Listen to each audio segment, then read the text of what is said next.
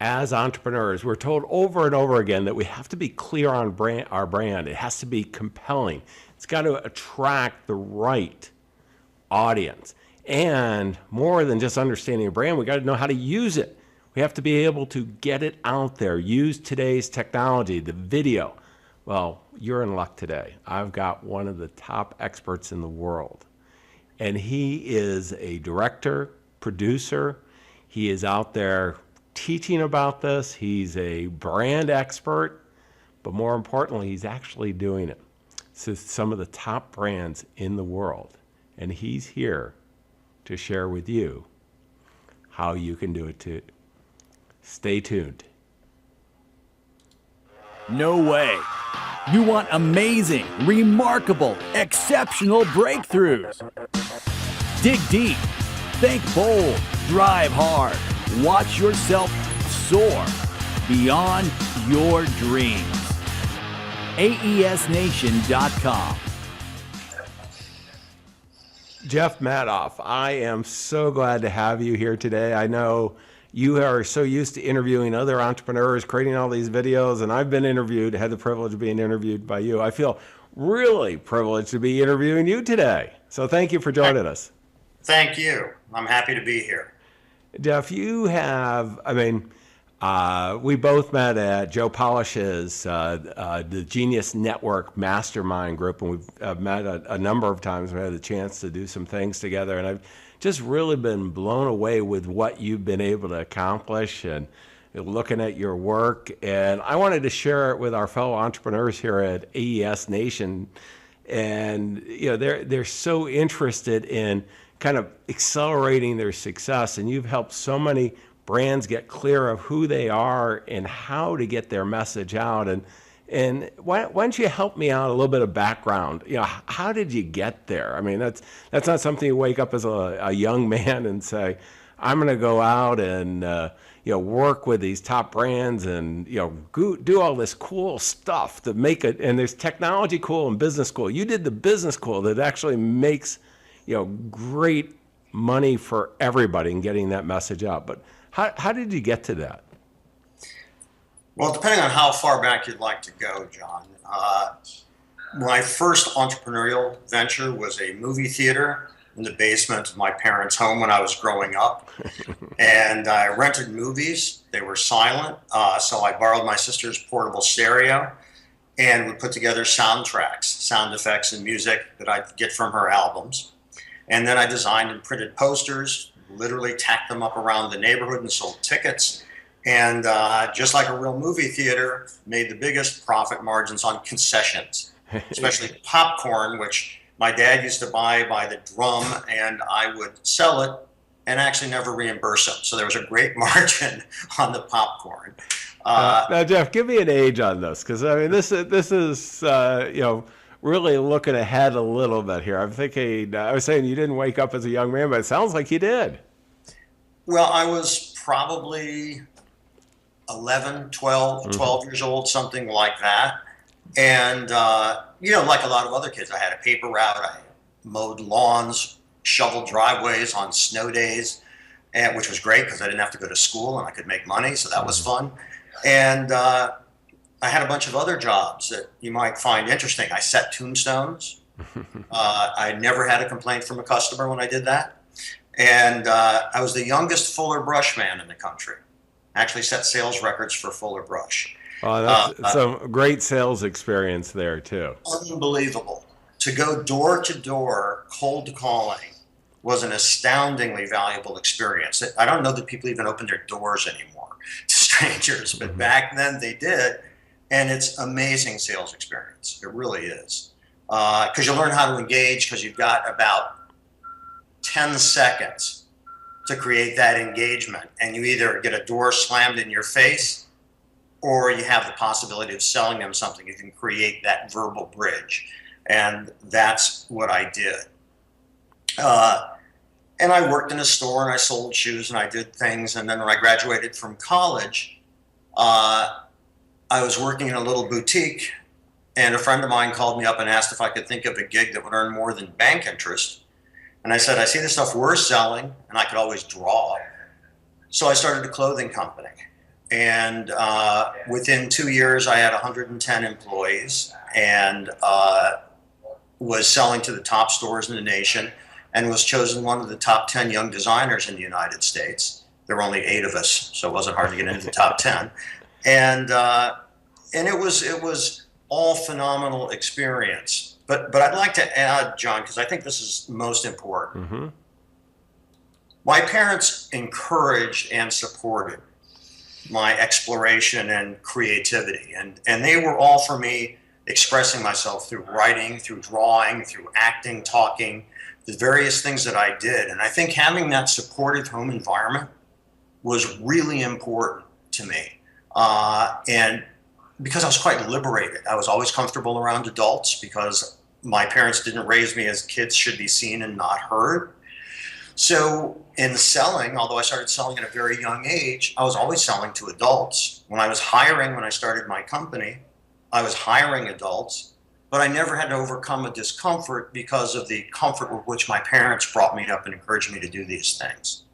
No, it is, it's amazing how many entrepreneurs, I've read a lot of research reports that they had that home life where, they sat around the table, they were included with adults, they got comfortable with adults at a very early age and really saw they could add something. And, you did it on an awful lot of fronts. And so in the clothing store, where were you located when you had this, Jeff? I was in college. My degree, by the way, was in philosophy and psychology, and I had been on the wrestling team. So that combination, of course, set me up for business very well. And well, there is a lot of wrestling going on in business here, and having a positive mindset with the philosophy side might bring it all together. Well, actually, to bring it all together, there was something very significant I learned from wrestling. And that is, in wrestling, you have to think, it's like chess, you have to think in series. You can't just have your one move, and if that move is stopped or you meet resistance, you're stopped. So what you do in wrestling is that when you meet resistance, you pivot quick. And you learn how to overcome the resistance by disruption and doing something else fast. So that, and you have to train. You really have to be in condition. Most people in business, or so many people in business, I should say, don't train. They're not really ready. And they aren't really ready to think in series and to be, bam, quick in terms of what they do. And wrestling really taught me that, because otherwise you end up flat on your back. So wrestling actually was a valuable learning experience. No, I think it's a great one. I did a little bit of wrestling, not that much. And where it really was useful is exactly as you're saying, is that, any sport, you've got to train. And so many, Jim Lohr of Human Performance Institute has done a number of programs with me, not podcasts, but webinars we've done. And he has written a book called Powerful Engagement, but also another one called Corporate Athlete. And he relates it that, as athletes, we train, certainly a professional one, at least 90%, and then 10% we go out and do. Wherein, as entrepreneurs, what do? We're really 100% almost, or at best, we're training 10%. And it's just so important if we're going to be really effective. And then I also like the pivot. I haven't heard that one before, where, the market gives us feedback as entrepreneurs. And it's not like we have to throw everything out. It's how do we use that force to pivot to really take advantage of what's going on today. So those are some great analogies, Jeff. How did you take, you're doing all this stuff at a young age. How did you, what was the transition to move to where you are today, with your own production company? That doesn't sound like, the movie theater in the basement with your dad's popcorn, the clothing store, and then now, philosophy, wrestling major, and all of a sudden now you're doing for some of the biggest brands in the world. Work for them, helping with the branding and the commercials, and it's high production. How do you go from there to here? Well, what happened was, and this was under the title of significant challenges. It wasn't just this upward trajectory to success. There were obstacles along the way, and those obstacles I think if you turn obstacles into a learning experience, and I'm not saying that to be Pollyanna, because when you're going through it, it's awful. So there's, it's not like, wow, this was great and I learned so much. If you can avoid it, you want to avoid it, but you can learn a lot. And, I think that failure is giving up and not trying, and so when I was quite young, and a recession hit, this was in the early 70s, I had to lay off a lot of people. And I was laying off people who were more than twice my age, who had families. I was their sole source of income. Mm-hmm. And that's a big responsibility, especially for a 22-year-old kid. But I had empathy. I realized the impact that I was having on their lives, both good when I gave them a job and bad when I had to let them go. So no matter how language tries to mask over by saying downsizing, we're cutting back, what you're really doing is eliminating somebody's livelihood. And I don't take that lightly. I think that that's a real responsibility. When I wanted to move to New York from Wisconsin, my financial backer did not want to continue to support the business because he hired me, or he backed me, I should say, because I was providing employment for Wisconsin people. I was providing over 110 jobs. But something else that I learned is that money's replaceable. Time isn't. So spend your time wisely, because you can't really save time. It keeps passing no matter what you do. And so I learned some very important lessons when I was younger. And that is about the value of people, and to not take what you do lightly, nor take those people who help you do it lightly, because they're important to your success.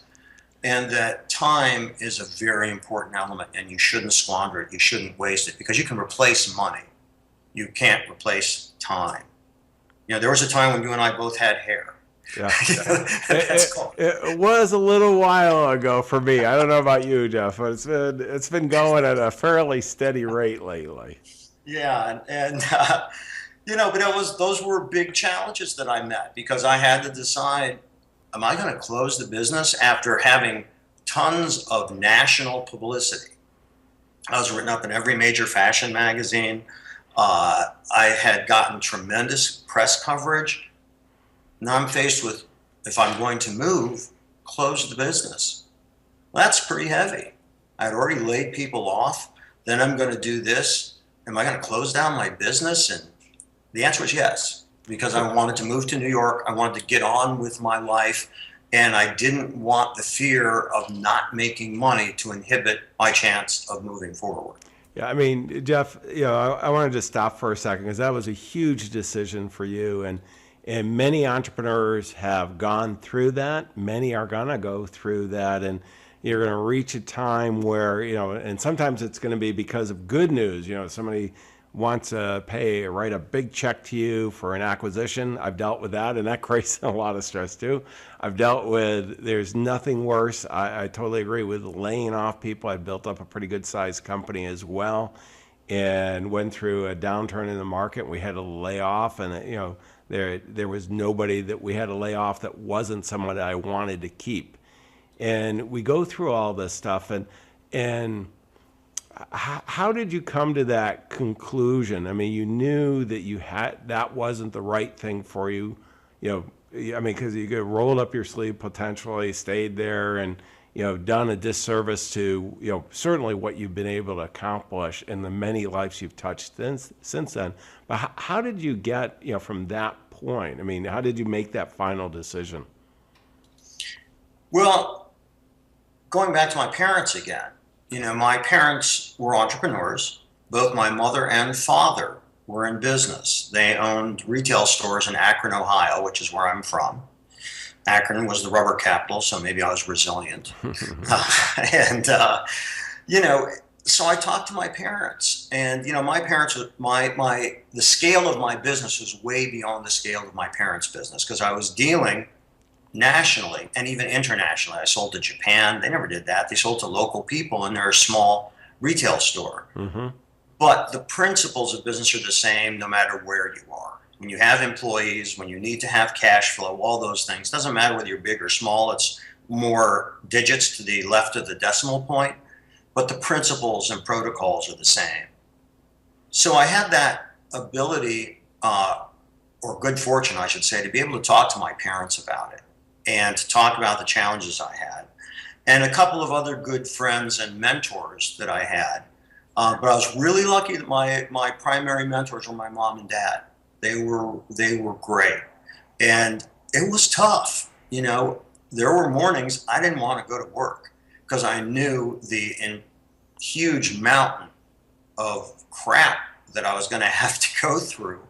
And it's tough.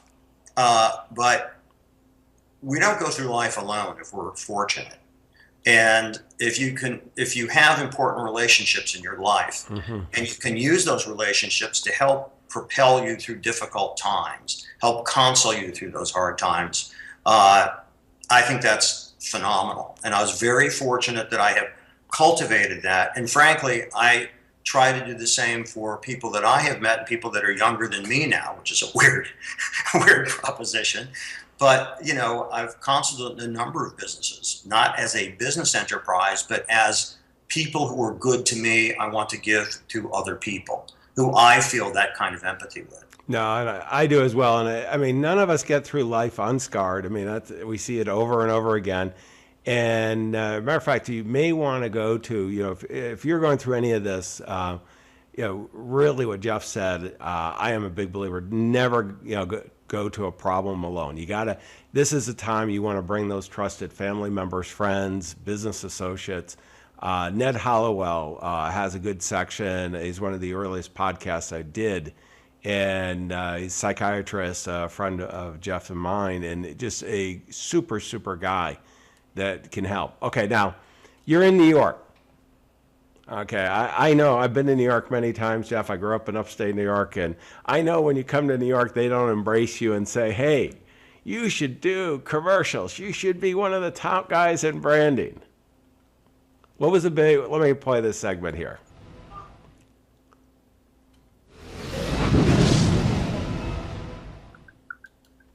What was a big breakthrough? I mean, you came with a lot of experience, a lot of hard lessons learned in New York.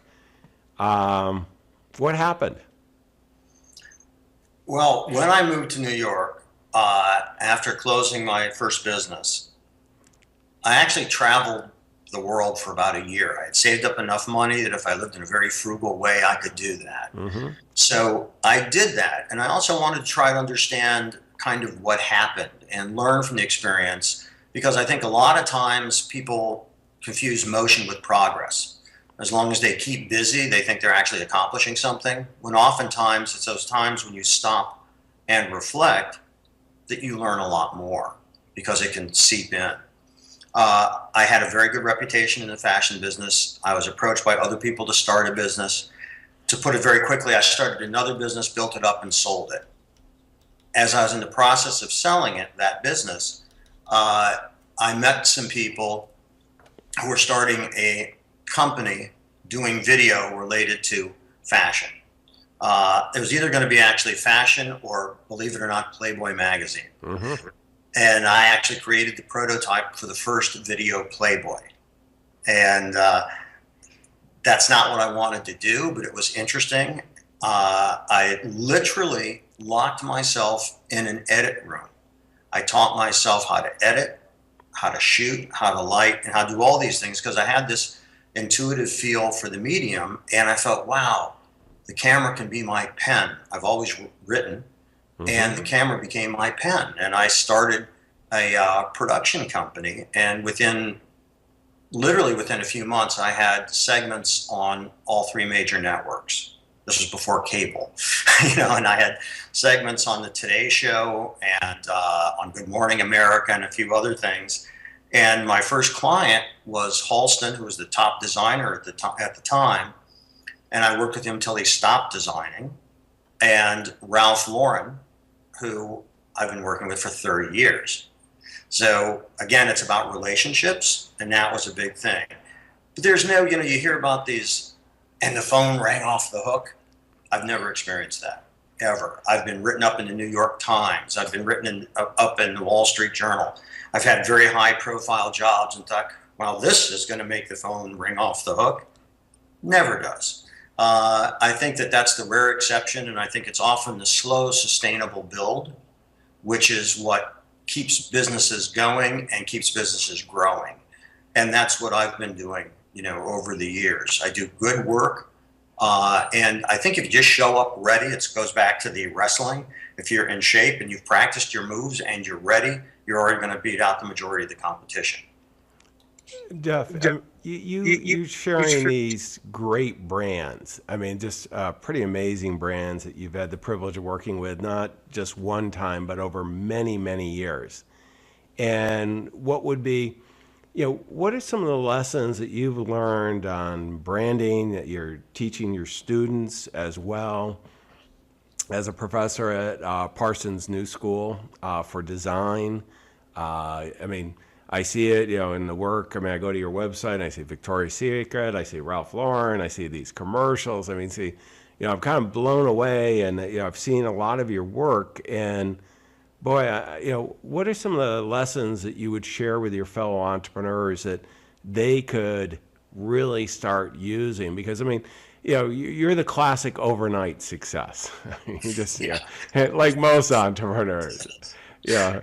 Somebody learns of you right now and they say, oh, wow, you've always been there. And there isn't, I've had the phone ring actually a huge amount, but it was when somebody put up a wrong number, some telemarketing group. But other than that, it doesn't ring like that ever for almost any entrepreneurs. But what would what would be some of the lessons that you learned in working with these, really, talk about intangibles and how to get the message across of what these brands are about is in short periods of time. That's huge. Well, there's a few things. I think in the more global sense, in terms of business, if you're looking out for your client's best interest, you're looking out for your own. And instead of trying to think about how I can get the most out of the deal, think about how you can serve your client the best way, because that is why they come back. And you can always sort of con somebody once, but Ralph Lauren said the nicest thing to me some years ago. He said, I can hire anybody I want. I can afford to hire anybody, but I want you. And that made me feel really good because it went to the essence of character.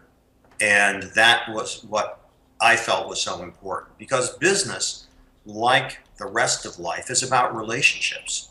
And how do you build sustaining relationships? And one of the key factors to building a sustaining relationship is listening and wanting to express the gratitude for what you get from that relationship and reciprocate.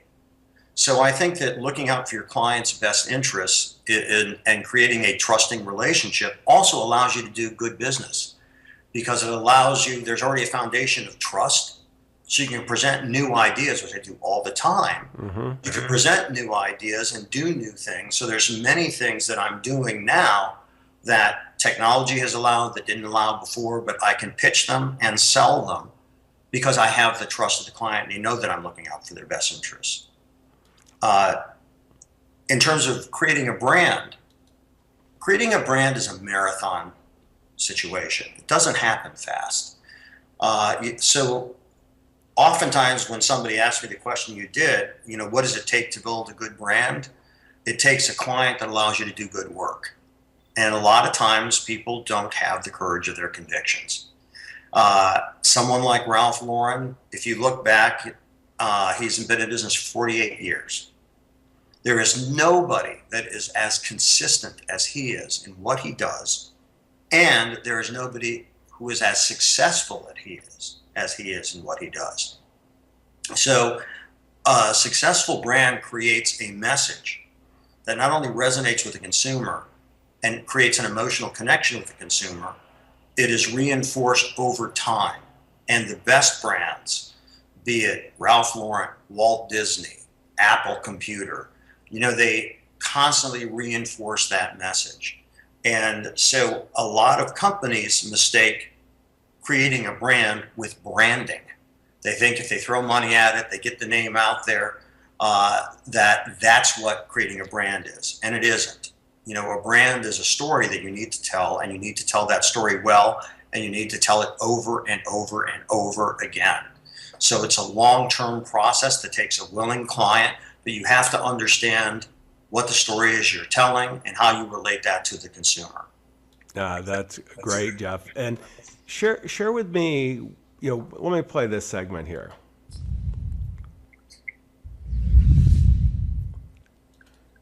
Jeff, share with me what you're passionate about now. I mean, you've had the privilege of working with so many successful entrepreneurs. I mean, I've seen you interview, I think over a few day period, 100 of them. So, but you're out there working with some of the top brands. You're doing some amazing things. And what are you most passionate about now that you're working on?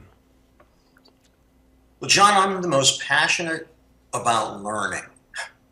I'm seduced by ideas.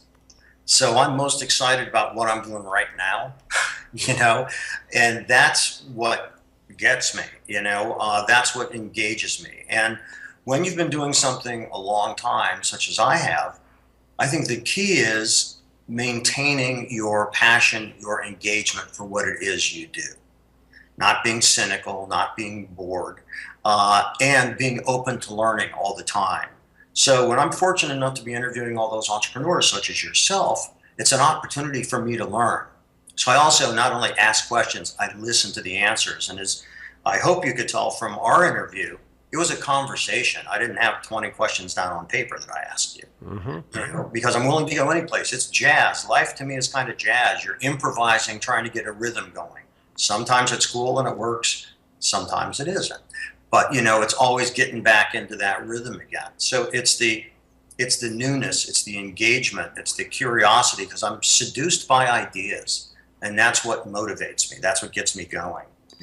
Jeff, I really, I saw that in you. I saw it when particularly when I had met you before, but when you were interviewing me, it was a conversation, and we were on video doing it and so on for a documentary. But you are fully engaged, and I think this is so important for all of us as entrepreneurs, is that it's easy to get caught up in the day-to-day, the mundane. We've got to do what Jeff said. We've got to deliver a great client experience. We've got to be consistent in everything we're doing. We're really looking.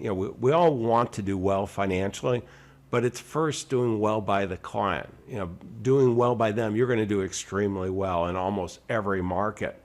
But then you've got to keep that passion, that zest for life, and the world's changing, so you got to stay on top of it.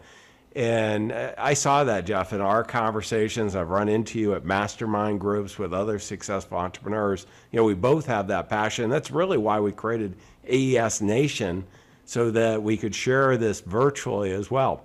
I'm going to switch just for a second here over to the next segment, which is the application of the day on your smartphone. I know you travel a bit, and the shoots, unfortunately, they don't all happen in New York. Clients are all over the world. Shoots are all over the world. What's on your smartphone that you want to share with your fellow entrepreneurs? Well, one thing that's on my smartphone that I won't share is my wife's phone number. Yeah. Because that can be... nor should you. No, I'm thinking the application here now. Well, those are one of the things that gets me through some of these things, is being able to talk to my wife and kids.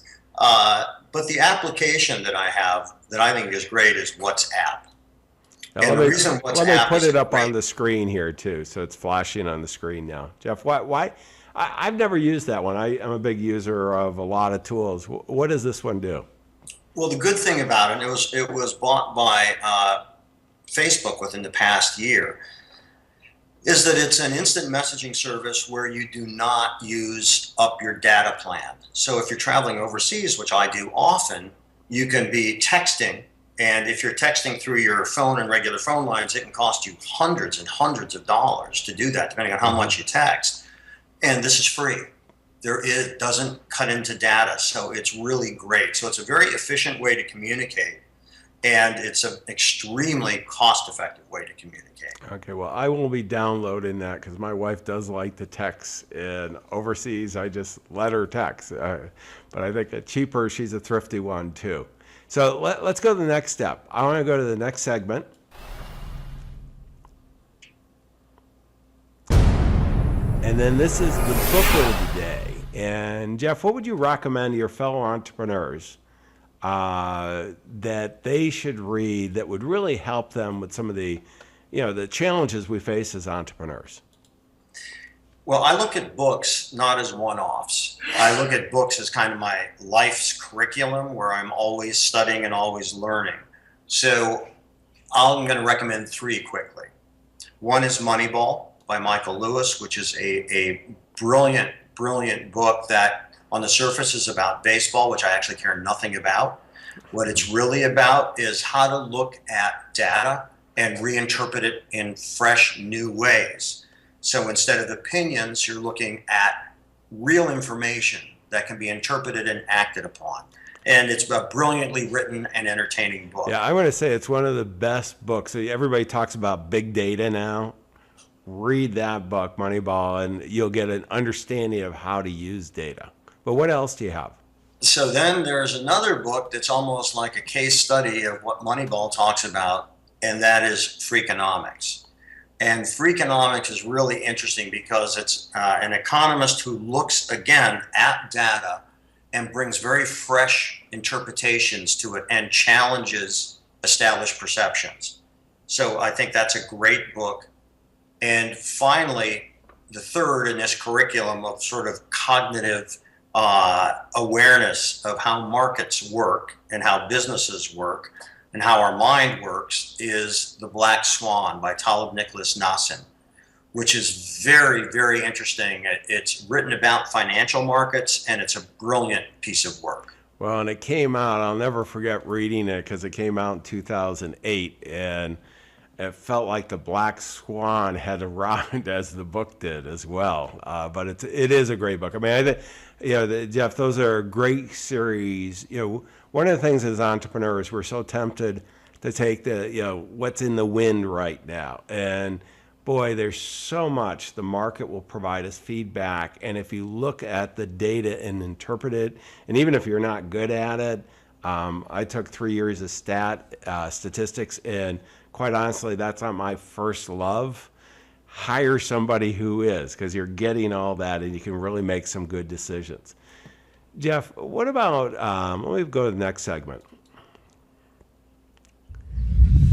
which is resources. And when we talk about resources, I know you're updating your website, but let me give everybody the website here. And the same address. Yeah, I'll have the same address. And for those of you who are not on the video podcast, it's madoffproductions.com. And Jeff, what are the resources there? I know, because I know what the one when we're doing the recording is, but what kind of resources are there going to be for the somebody who wants to check out what you're doing, how they might work with you, both free resources and then engaging you type stuff? Well, we have a YouTube channel, Madoff Productions, and it's spelled Madoff. And you can see a very large sampling of our work on YouTube. We've got, for a little production company, we have over 4.25 million views on our channel, which is, I'm really happy about. On our Facebook page, Madoff Productions again, I post segments from my class where there will be entrepreneurs and interesting people talking about what they do, sound bites. It's not extended interviews, but really great nuggets of wisdom about business, about creativity, about things like that. And then if you're interested in following us, we're at Madoff Prod on Twitter. And we post things there regularly too, and a lot of quotes from the interviews I conduct in my class. So I do that. I wanted to mention one other thing, because went off. I'm sure we could go on for a long time because you ask great questions and it's very interesting. It's a pleasure being on the other side with you. So thank you. When you said, what am I excited about now? And I talked about, curiosity, etc.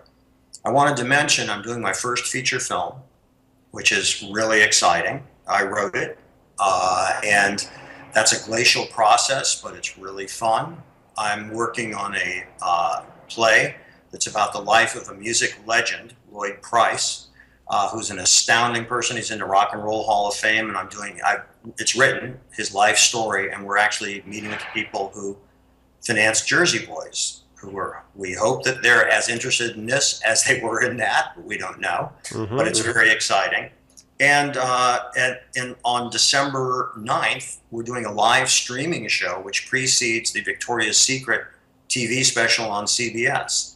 So that was an instance of where we used new technology, video streaming, pitched the idea, and now before every one of their major shows, we do a live streaming show that's produced like a full-up talk show. And I think that's really the future of branding, because things have become so narrowcast because the audience is so splintered that it enables people to follow their favorite brands and engage in ways they never did before.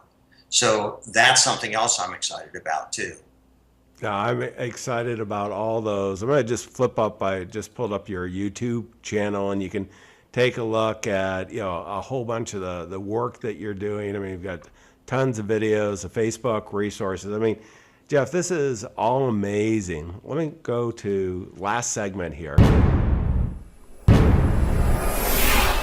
And this is a key takeaways, and I want to share the key takeaways. I mean, I've got an awful lot of notes, Jeff, because there were so many, but I think, kind of the thinking of, I'm going to use the wrestling analogy. I really like that one. And I'm going to go with 3 key takeaways. Number, with the wrestling, business is wrestling. It's a little messy at times, but, there's a lot of feedback in the marketplace. We've got to understand that we've got to be in shape to be able to play. We've got to be that corporate athlete. We've got to be training. We've got to really be out there making a difference and learning along the way. And then we have to pivot. I mean, Jeff, your story is just one of pivoting along the way and higher value that you could bring to the world to make that dent in the universe. And that's really impressive. And all of us are capable of that. And we want to really make sure that we're being aware of it. Second, some great advice that has been given time and time again, but I just want to restate it, is that we are in business to serve our clients first. It's not all about making money. And if we can do a great job for our clients, be consistent in what we do, be there for them, bring them new ideas, help them, inspire them to really make what's important to them even more successful, we will be hugely successful. And you've demonstrated that along the way. And then one of the things that, we really, I know you personally now, and I want to go to that all of us define success differently. And this is so important that you take the time. And Jeff, you took a year off, after, closing down a business. I took, when I sold one of the main businesses that I had, I took 6 months off, and just taking this quiet time to reflect and really think, what do you want? What do you want out of life? What do what's that legacy? What's the difference you want to make in the world? Is just so important. And you've lived that, Jeff. So I really want to thank you for sharing all these insights. It's going to help inspire our fellow entrepreneurs to really accelerate their success. Well, it's been a pleasure. I've enjoyed it very much in talking to you. And I don't know, did you want me to expand on anything you had just... Well, sure. If you'd like to, go ahead. The issue of success, I think, is the most primary, because I think that defining what success looks like for you, there is no right answer, there is no wrong answer. But it is, what do you want out of success? I mean, for me, I want to be able to do what I want to do. And so being successful in business is the ability to say no without any bad consequences. Because there's certain people I don't want to deal with, there's certain projects I don't want to do. And so if I'm in the position to be able to say no and not have it hurt me, that's being successful. Success in personal life is different, and success in personal life to me is having strong lifelong relationships. And that's what success is in life to me. But I think that people in business tend to quantify success by what their acquisition is. And I think that, and I'm sure you know too, many people who have acquired a lot who were miserable. And I think because they never thought about what success looked like. They just thought if they got a lot of stuff, that would fill some hole in them, and it never does. So I think examining that in a real way is kind of profound in terms of your own happiness, because after all, I think that's what we all want, is to feel good about ourselves and to be happy with what we're doing in life. No, that's great, Jeff. And let's go out and take these lessons. We want everyone here that's a member of aesnation.com. Go to our blog. You'll get all kinds of resources available, all the show notes. So anything that Jeff and I refer to is there, the links and so on. And your current clients, your future clients, they're all counting on you. Most importantly, we want you to be hugely successful in whatever your definition is. Wish you the best of success. Thank you. Exceptional, remarkable breakthroughs. aesnation.com